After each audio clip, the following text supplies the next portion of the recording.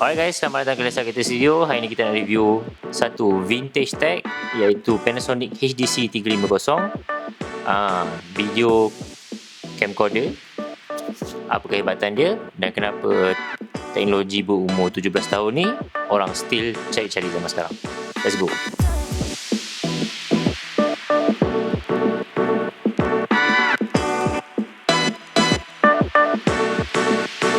Okay, first of all, Panasonic HDC 350 ni adalah satu collab with Panasonic dengan Leica untuk hasilkan lens Leica ni lah.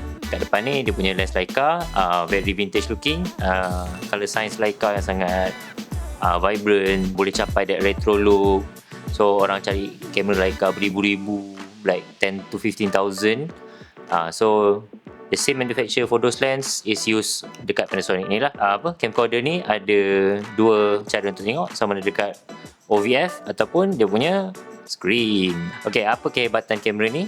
Kehebatan kamera ni dia ada internal memory 64GB bersama 5.1 surround sound untuk audio. Juga ada hot shoe untuk letak lampu ataupun condenser mic, as well as dia punya mic port dan earphone jack. So some cameras yang zaman sekarang ni pun ada yang tak ada headphone jack. Kita boleh review footage punya audio sambil shoot. Aku beli kamera ni sebab FOMO je kan, orang sekarang semua beli vintage tag. So sekarang famous dengan vintage tag punya chase. Orang suka that real look lah. With zaman AI sekarang semua orang guna AI je manjang kan. So orang nak that real organic look.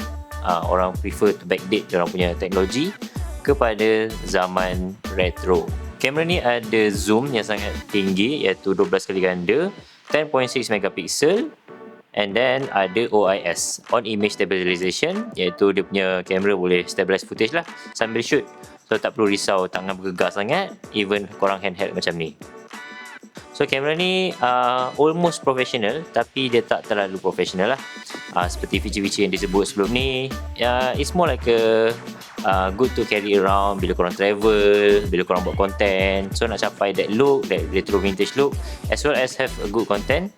Dia sangat berbaloi. On harga dia aku beli around less than 600 dekat Shopee. Ada satu Shopee ni dia jual barang-barang refurbished daripada Jepun lah. So korang just chat, tanya barang okey ke tak, so baru dia akan post.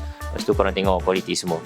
So apa kekurangan kamera ni? Kamera ni dia shoot dalam AVC HD. AVC HD ni dia punya MTS format tu tak semua teknologi zaman sekarang boleh baca, tapi DaVinci boleh edit dan bacalah dia punya format. Make sure you do your research first. Tak semua orang boleh terus transfer dan edit masuk dalam phone macam tu lah. Bateri dia kecil je. Ni, besar ni je. So bateri dia let's see here, ada 1250 mAh, 9 watt hour. So aku beli 3 sebab sometimes aku nak guna untuk wedding. So maybe long format shooting, boleh pakai bateri yang banyak lah. Dia just masuk macam tu. So dia tak ada localized battery, just ada external battery. So untuk wedding, sometimes kalau nak shoot the grooms cakap saya terima nikahnya semua tu. So seperti yang aku cakap tadi, dia punya mic ada hot shoe kat sini, boleh cocok wireless mic, cocok dia punya audio jack kat sini, and then boleh record daripada jauh. No problem on that. Dia juga boleh ambil gambar macam biasa. So gambar daripada Panasonic HDC 350 ni ada that vintage look seperti kamera-kamera digital yang lama lah. So kalau korang nak cari macam nak beli kamera biasa ke, nak beli camcorder ke, nak kena ada dua-dua. So don't worry, Panasonic HDC TM350 ni boleh shoot both sides, and the quality is apa yang korang cari dalam that retro look. Dia juga ada SD card slot, boleh sumbat 64GB yang biasa korang pakai tu, as well as AV dengan HDMI port lah kalau korang nak live view semua benda tu kat tepi ni. Kamera ni asalnya aku beli second hand daripada Jepun. So datang-datang cakap Jepun, tak faham. Tapi lepas tengok few guys kat YouTube, mana nak tukar language ke apa, so jadi touch screen kat tepi ni. So jenuh menekan je lah cari bahasa English. Alright, tu je untuk review. Korang boleh tengok footage-footage yang aku record, footage-footage kat internet semua. It's really good, good purchase. Tak terlalu susah untuk pakai. All auto settings is really good. Sama kalau korang pergi low light, dia akan terus naikkan. Kalau korang pergi dekat harsh sunlight, dia akan dimkan terus. So tak ada problem untuk beginner usage. And bagi aku harga dia sangat berbaloi. Thank you.